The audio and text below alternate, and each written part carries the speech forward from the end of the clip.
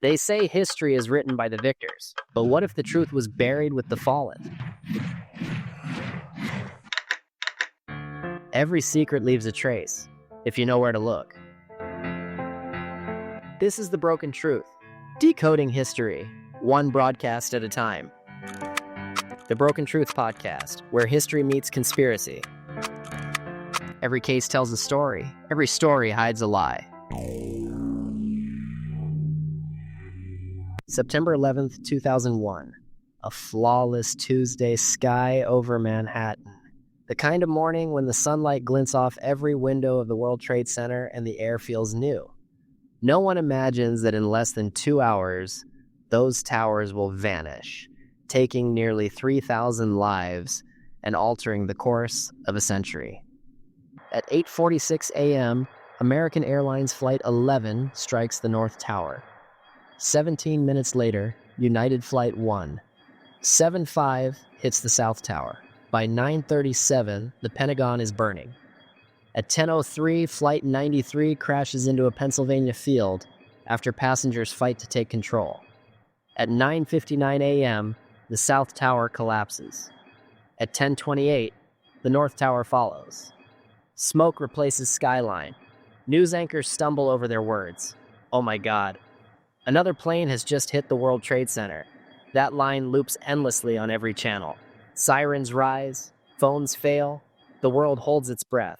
In the months that follow, investigators and journalists piece together how 19 men connected to Al-Qaeda hijacked 4 passenger jets. The 9/11 Commission report, released in 2004, concludes that Osama bin Laden's network exploited weaknesses in airport security and the failure of agencies to share intelligence. The system was blinking red, said CIA Director George Tenet in testimony. The commission describes miscommunication, missed warnings, and bureaucratic blind spots, not conspiracy. Yet questions still echo.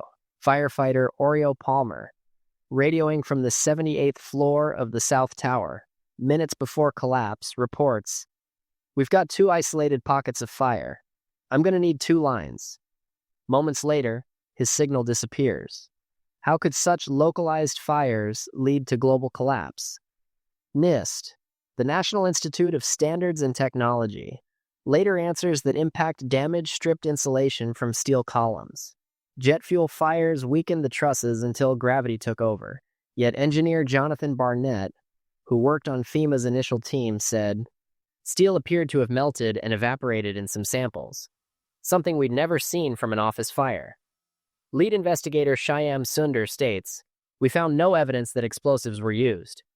Still, firefighters and survivors remember explosive-like sounds.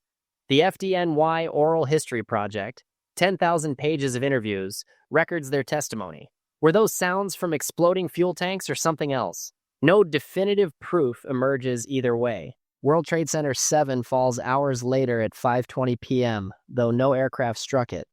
NIST concludes that uncontrolled fires and structural damage from falling debris caused the failure of a critical column, leading to progressive collapse. Skeptical engineers note that the building descended at near freefall speed for about 2 seconds. Was that simply the moment all columns gave way at once, or something the models missed? NIST maintains its computer simulation accounts for it. Critics say it does not. Inside the Pentagon, witnesses describe smoke and flame after Flight 77 strikes the Western Wall. Security footage captures only a few blurred frames, and the lack of clear video feeds endless speculation. The American Society of Civil Engineers report confirms aircraft debris and passenger DNA match the plane. Still, for many viewers who never saw the impact directly, doubt lingers. Economists examining stock markets note unusual short selling of airline shares just days before the attacks. Regulators investigate and conclude no connection to Al-Qaeda, but the timing remains a footnote in conspiracy literature. Across the internet's early forums, engineers, amateurs, and families begin asking why buildings built to withstand impact failed so completely. Was it design flaw, fire intensity, or something no one expected? The commission calls it a failure of imagination. To others, that phrase becomes a challenge, to imagine whether truth might still be missing. Intelligence records released later show that in the summer of 2001, The CIA and FBI held fragmentary warnings of possible hijackings. The so-called Phoenix Memo, written by Agent Kenneth Williams, flagged Middle Eastern flight school students taking unusual training. It never reached decision-makers in time. President Bush's brief of August 6th reads, "Bin Laden determined to strike in U.S." The document mentions no specific time or target, but later becomes symbolic of missed warnings. Was this simply bureaucratic inertia or something worse? Investigators find no proof of deliberate inaction, but the fog of that summer remains dense. Officials describe it as a cascade of information lost between agencies that did not yet speak the same language. In the rubble, the search for answers runs parallel to the search for remains. Engineers from FEMA and the American Society of Civil Engineers collect twisted columns and core sections for analysis. Every truckload that left was potential evidence, recalls Gene Corley, leader of the FEMA team. But with Lower Manhattan needing to reopen, steel is hauled away to recycling yards before comprehensive testing can occur. Critics say that lost crucial data. Officials say it was necessary to protect public health. By 2002, Congress establishes the 9/11 Commission. Its co-chair, Thomas Keane, tells reporters, "Our goal is not to assign blame, but to learn." The final report fills 567 pages. It details the planning, the hijackers' movements, the breakdowns in communication, and recommends intelligence reforms. Families thank the commission for its work, but say key questions about financing and foreign support remain unanswered. Thus begins 2 decades of ongoing Freedom of Information requests and slow releases of redacted pages. Some researchers note that years before the attacks, policy papers from a think tank called the Project for a New American Century argued for modernizing U.S. defense strategy. One sentence spoke of a new Pearl Harbor. When members of that group later held posts in the Bush administration, critics called it ominous foreshadowing. Supporters called it a figure of speech taken out of context. The documents are public. Interpretation depends on the reader. Real estate developer Larry Silverstein, who signed the lease for the World Trade Center weeks before the attacks, told PBS he and fire officials decided to pull it, referring to Building 7. He later clarified that he meant pull firefighters from the area. For some, the phrase became proof of demolition. For others, a simple misunderstanding of construction slang. Inside and outside government, investigation continues. NIST spends 3 years modeling heat transfer and structural load. Its findings show that steel beams expanded enough to dislodge critical connections, initiating progressive collapse. Skeptics say the models were based on assumptions that cannot be reproduced. To this day, the raw computer data used in those models remains classified for security reasons, a fact that both protects and perpetuates the mystery.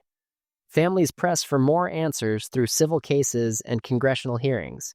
In 2016, 28 pages of a joint inquiry report are declassified, detailing possible connections between individual Saudi nationals and some hijackers. No government-level collusion is proven, but the document adds another layer of ambiguity. As engineers and advocates debate the mechanics, psychologists study the human side of conspiracy belief. Why do some people cling to alternative explanations? Often it's because the official story feels too simple for a tragedy so vast. Complex events breed complex doubt. When the smoke finally settled over Lower Manhattan, the skyline was unrecognizable. Where 2 towers once caught the morning light, a single column of steam rose from a wound in the city's heart.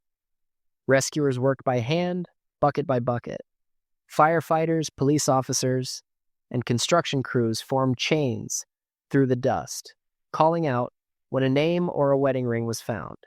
The recovery lasted 8 months. The last piece of steel left ground zero in May 2002, draped in black cloth and an American flag. What remained was grief and a determination to understand how it had happened. The Federal Bureau of Investigation launched Operation Pent Bomb, the largest criminal inquiry in U.S. history. Hundreds of agents traced financial records, phone calls, and flight schools. Every lead pointed back to al-Qaeda's leadership in Afghanistan. But parallel to the criminal case, scientists were trying to explain the mechanics of the collapse itself. Engineers from FEMA released the first structural report in early 2002. Its language was cautious. The specifics of the sequence of events leading to collapse are uncertain. That uncertainty became the seed of countless debates. To provide definitive answers, Congress funded a full technical study by the National Institute of Standards and Technology.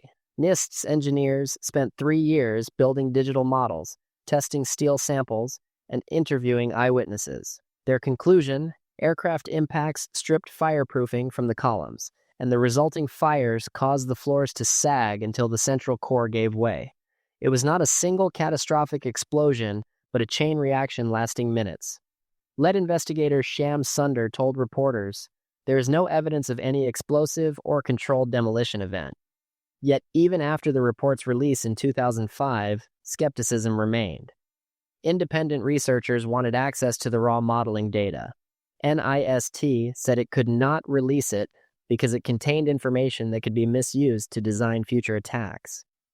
To critics, that secrecy looked like evasion.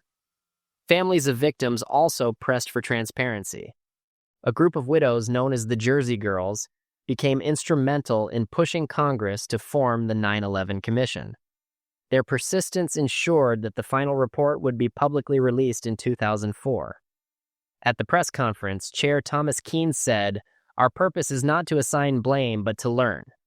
Still, for many families, the learning felt incomplete. They wanted every lead on foreign financing and intelligence failures made public. That demand eventually produced the partial declassification of the 28 pages. Those pages, unsealed in 2016, described potential links between individual Saudi citizens and several hijackers. The report explicitly stated that the material was unverified, but it raised enough questions to keep journalists digging. Meanwhile, the United States was already at war. In October 2001, the invasion of Afghanistan began under the name Operation Enduring Freedom. The goal was to dismantle al-Qaeda and remove the Taliban government that sheltered it. By 2003, attention had shifted to Iraq.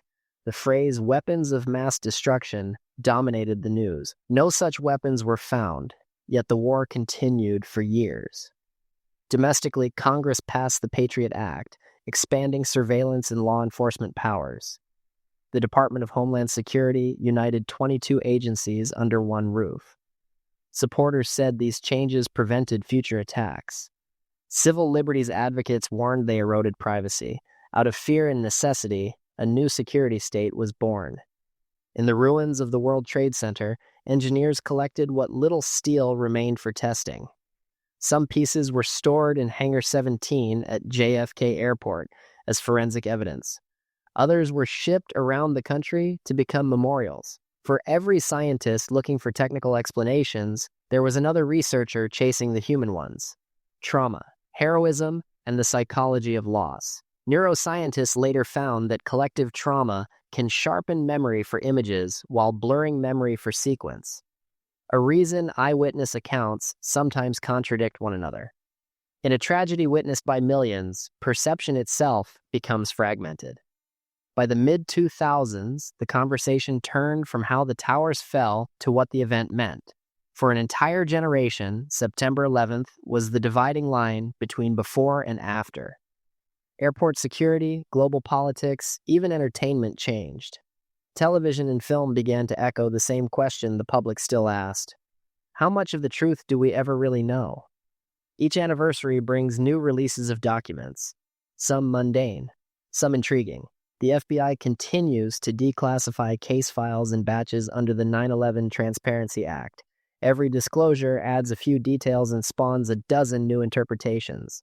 That cycle, revelation, debate, doubt, has become part of the story itself. 2 decades later, the memorial pools now occupy the footprints of the Twin Towers. Visitors trace names cut into bronze and listen to the sound of water where fire once raged. The museum below ground displays a single surviving staircase and the last standing column. Etched into its surface are messages left by rescue workers. We will never forget. But remembrance is not the same as understanding. Even now, architects argue about design flaws and fireproofing standards. Historians study the intelligence cables that warned of hijackings. Sociologists track how misinformation spread online. The event continues to evolve in memory as much as in history. In one of his final interviews, Commission co-chair Lee Hamilton reflected, "We may never know everything, but we know enough to keep asking the right questions." That line captures the paradox of September 11th. The more evidence uncovered, the deeper the mystery seems to grow. The legacy of that day is written in 3 dimensions: in concrete security barriers, in foreign policy that spans continents, and in the collective anxiety that followed. For every reform born of good intention, another door opened to surveillance or suspicion. The attacks achieved more than physical destruction. They changed how the world measures trust. And yet, amid the doubt, the pursuit of truth persists. Not in slogans, but in quiet research labs, court filings, and the archives that still hold sealed boxes of evidence waiting for time or politics to loosen their locks. Ground Zero today is peaceful. The air smells of rain instead of smoke. But beneath the water of the memorial pools lies a question that no report can fully answer. When the world witnessed its own vulnerability, what else was set in motion? Perhaps that is why people continue to search. Because certainty feels too small for a tragedy this vast. The deeper you look, the more you realize that truth is not a single story. It is the space between stories, the silence between sirens, the part of history that still waits to be told. History doesn't end with the official report. It begins where the questions remain. In a world built on hidden histories and half-truths, we've only just begun to peel back the layers. Because what you've heard tonight was never meant to be known, but you were meant to find it. If you're ready to go deeper, leave us a review, comment your thoughts, share this episode, and step inside the archives. Join the inner circle, where the real evidence is kept. This is the broken truth, because the truth isn't whole, it's broken.